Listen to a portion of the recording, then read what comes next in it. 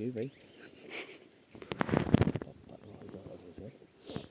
बुढीले फेरि बर्ड वाचिङमा Pokhara bird watching society भन्ने रहेछ छ